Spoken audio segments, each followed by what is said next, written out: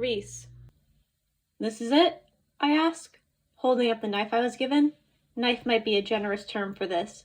It's about the size and shape of a knife, but it's made of a brittle material that I can't identify, but know will break easily.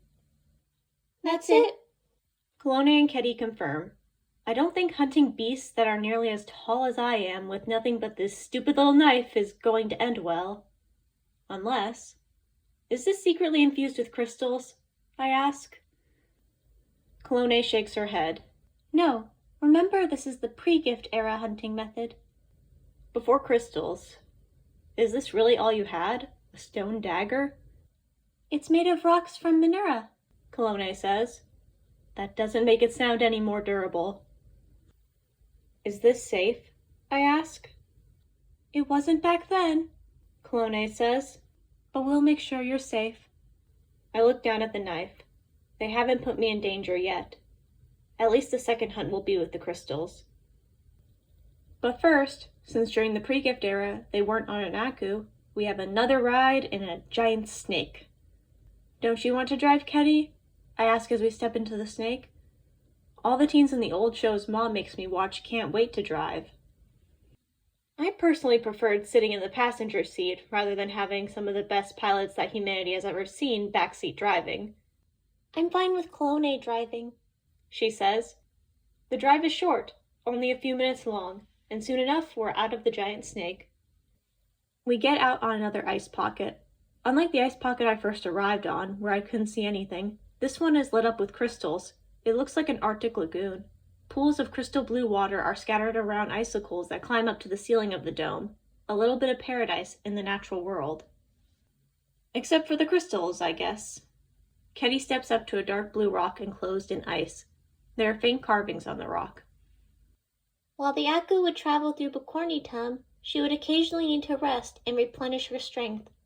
When she did, we would be allowed to rest as well, and sometimes we would be fortunate enough to rest in a place like this, a place we could hunt.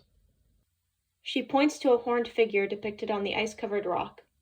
The Bukorni travel in herds led by a leader with pure white fur. In pockets like this, the herd spreads out enough that one can be separated and killed. By someone with more experience, maybe. Not me. Clone. Reese follows our instructions carefully, positioning herself behind an icicle, a safe distance away from the isolated Bukornu.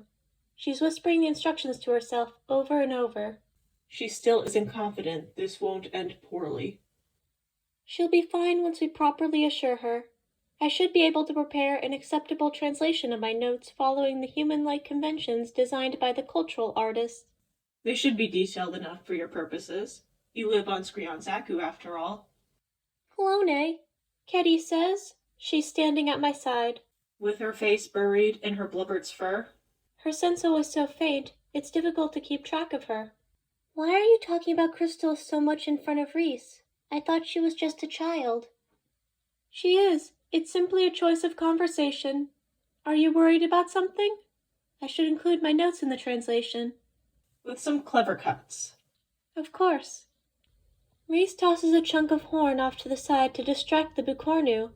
It looks up toward the direction of the chunk and slowly gets up.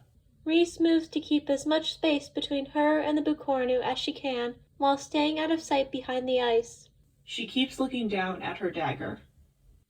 Well, it's just that it's another thing to keep track of, and her sweet scent gets a bit more prominent. She's almost fizzing. You call that fizzing? It's better to answer with the truth if you can. I answer like a decent mentor. You're a decent mentor now. Her face is still buried in her blubber. Her temperature is dropping. I can tell she's worried, but she'll be fine. I think I've figured out what parts to cut for my translation. Already? That was fast. Oh, a Bukornu approaches. It's close to her, but it's too cool to be alert. It's sniffing around the area where she threw the horn. Reese takes a step back, and her grip on the knife tightens. Her entire body tenses. That'll be a problem. Reese is heating up and getting closer to the beast. She rushes forward, grabbing the fur hide like she was told to. She raises the knife. Bad angle. She'll only irritate the beast. Exactly. The beast roars, and Reese's temperature drops. It recoils, and Reese stumbles back. If the beast wasn't shaken, I'd be allowed to intervene at this point, given their position. Patience is a virtue. Reese isn't reacting. She's staring at the Bucornu. She slowly takes a step back. Then another. The Bucornu is still reeling. Impatient. Reese takes another step back. She glances down at the knife before she turns back to the Bucornu. Then she turns to you. Patience. And the Bucornu is finally reacting. I hold up a crystal, and the air becomes warm. She's safe. As safe as she was a few moments ago. I rush over. With Ketty close behind. So much for being a good mentor. Why do we bother waiting? I'm fairly certain that was explained in your lessons. Fairly? I'm certain. As certain as I am that you know the answer. To appear surprised. Reese. Are you okay? Clone is speaking. Say something. Reese. Yeah, I'm alive. Those crystals are something. They are, she confirms. I look up. Clone looks worried. Didn't you say something about only using crystals for the second one? I ask. I only said what you would be using, she says. You didn't ask about the safety precautions. That's right, Reese. There were safety precautions. You're safe. Well, that doesn't seem very authentic, I begin. Not that I'm complaining. I very much appreciate being alive right now. You're safe, Reese. Stop shaking. Clone chuckles and helps me up. I'm still shaking, but I manage to stay on my feet. Do you want to continue? Clone asks, sounding a bit worried. It's perfectly safe, but you seem shaken. I'm certain Ketty won't complain if we just watch the second hunt. Ketty nods in agreement. She looks worried, but not nervous. That's good.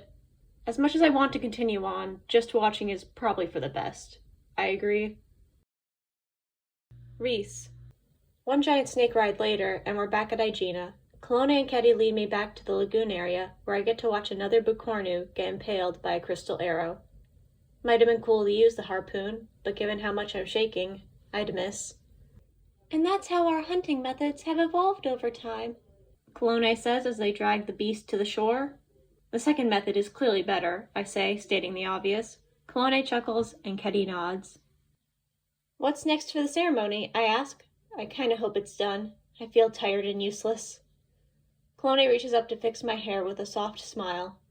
All that's left is a nice meal and a gift. That sounds wonderful. A nice meal sounds like enough of a gift, one I probably don't deserve after my performance, but Earth isn't going to war with an alien planet, so my failures are probably minimal. Reese. The meal is wonderful, easily the best gift ever. Plates upon plates of meats prepared in so many different ways, all spread out over a meticulously crafted crystal table overlooking the picturesque lagoon. The scent alone would be one of the best gifts I've ever received. The smoky smell of freshly cooked meat mixed with the scents of so many sauces and spices. There's something that tastes a bit like chicken and is soaked in an addictive sweet sauce. Another meat is roasted with a mix of herby spices that I can't name but are very tasty. Slices of a fish adjacent meat are cooked in a spicy crust that's so intense I need a sauce to handle it. I think the sweet sauce served with the chicken meat pairs nicely with it.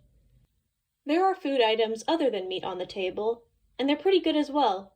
Fresh red bread, tart yellow fruit, and a sweet pink liquid. Everything tastes perfect, but I might just be really hungry. At least I was. Now I'm stuffed, and the Ari ladies aren't letting up. Once the food was served, they haven't stopped. I kinda wish I had gotten to see the other inhabitants more, but once they served the food, they left. I guess I'd be nervous around an alien too, and I probably couldn't speak to them.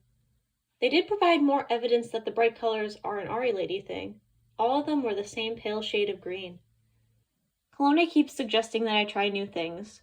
Xenia has a history lesson for each of the different dishes. Screon keeps adding second helpings of my favorites. I don't know if it's obvious when I like something, or if Screon is just really attentive.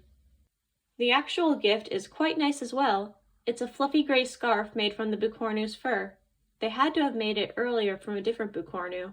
If not, it's amazing they made it so quickly. But as amazing as it is, I wish I had mentioned that to anyone other than Xenia. She's been rambling for a while now about how impressive her people are. And they certainly are. The scarf is clear evidence of that. It's just, I'd like to hear about how they made it instead of a couple dozen adjectives and accolades. She's got to start repeating herself soon enough. I glance over at Kedi and Isachiya. They're still talking. I wonder what Kedi wanted to talk to her about. Isachiya looks calm as Kedi talks. Kedi seems to be a little less worried as the conversation goes on. I turn back to Isachiya, who's still talking. Skrion is smiling, and Clone isn't even trying to hide how bored she looks.